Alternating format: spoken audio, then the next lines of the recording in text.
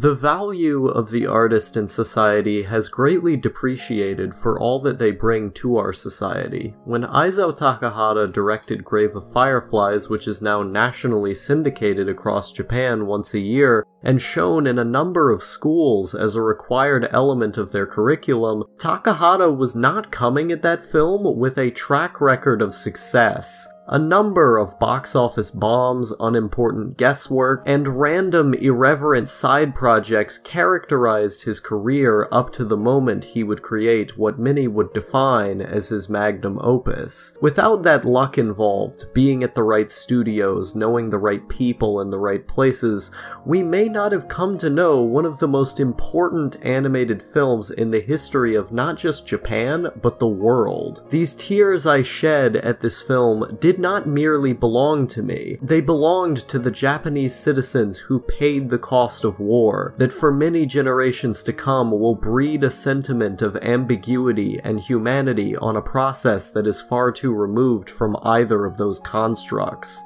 When I say that the artist has depreciated, I am telling you here and now that the modern-day Isao Takahatas are most likely floundering in their bedroom or working a starvation wage as an animator only to commit suicide or give up on their dream to pursue a salaried career. These same people may never treat our hearts with the same compassion and empathy that has resonated through Takahata's most profound work, and the world as a whole will lose something inside of their hearts as a result of it. What would happen if Japan became militaristic again? If every man who had once watched Grave of Fireflies or Barefoot Gen never saw those pieces of art, and never felt the influence in their hearts that led to the pursuit of a life against war, or even became far worse after Hunter x Hunter never came into existence. A world without these artists who shape our culture, who shape our ability to empathize by creating these monumental works that to this day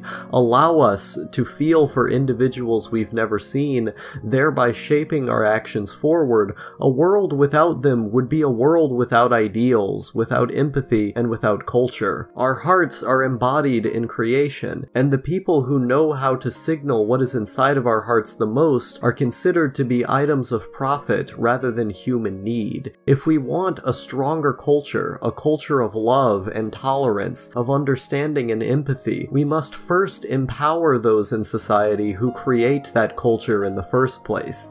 The artist must be empowered, and to that end, I must quote Paulo Freire in saying, "The educator has the duty of not being neutral." I dream of a different kind of anime, one in which its laborers are paid in equal proportion to the value of their work, one in which unions act not just at the center of the company, but at the whole of society, one in which ideas are not simply dismissed for being too niche or too risky, but are taken up to be created for that very reason, just as the most innovative and influential works of our age were. Society is a funny thing. The individuals and creations we value the most as time passes tend to be those which were the least appreciated at the time they were produced. Alan Turing, the father of modern computing, lived his life largely impoverished, his work unfunded until the height of World War II, only for him to be chemically castrated by the UK government thereafter. Even one of the most coveted directors of the 20th century, bringing us the monolith that is the Star Wars franchise, George Lucas had himself immense trouble financing his first film, and had to resort to hiding its message and meta deliberately in order to satiate market forces. But no artistic or innovative story more tragic exists in the face of The Thief and the Cobbler. 29 years of changing studios, producers, and animators dying carried this film from its pivotal beginning in the 1960s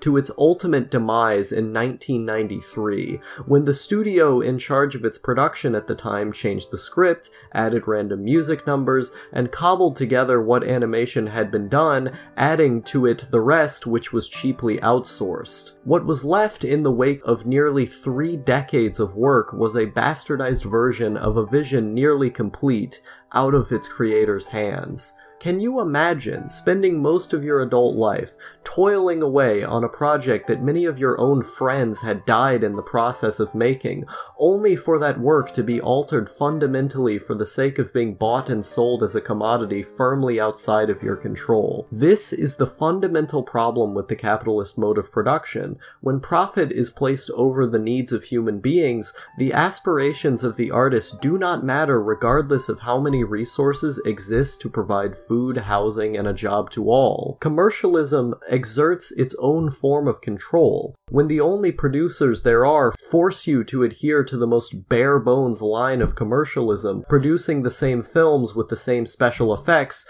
that have been proven to line the pockets of bosses who have done little to no work themselves, or outright steal the work you've done to bastardize it for commercial purposes, when they never deserved the wealth accumulated from its release in the first place. This is the problem with capitalism. That can only be replaced with a system that empowers all human beings to work towards a common goal of production for human beings, not for profits. With a centrally planned economy that produces less but provides more, artists can firmly lift themselves from the tyranny of the capitalist mode of production. This is no less true in the realm of anime, a medium in which its animators, despite working heinously long hours, continue to live below the poverty line with student debt, and often can only make ends meet by living with their parents or with the help of crowdfunding like the animator's dormitory project. These starvation wages are no more rational than so much food being produced that people go hungry. In what system would the artists without bread, after toiling every day for so long and so hard, that the moment they come home,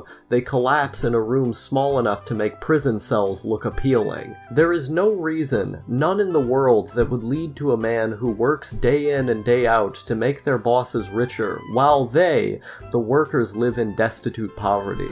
For all the resources that exist in the world, why do we let the capitalists control them? Cooperatively run with state subsidies and unionized state-run anime studios would not only provide better wages for their workers, more economic democracy, and better hours, but they would also produce far more niche work. The moment the resources to create and run a business are placed in the hands of their workers and the irrationality of the market is centrally planned, is the moment the profit motive of production is cast aside. And thus, if we aren't relying on putting our economic resources into the hands of people who work less and make 50 times more only to dictate how our work is perceived and placed within that market, then we can begin to make what we truly care about. If we're really going to have a booming, thriving economy like the one Trump pretends we have, we must have an economy that works for the artist, an economy that works for anime.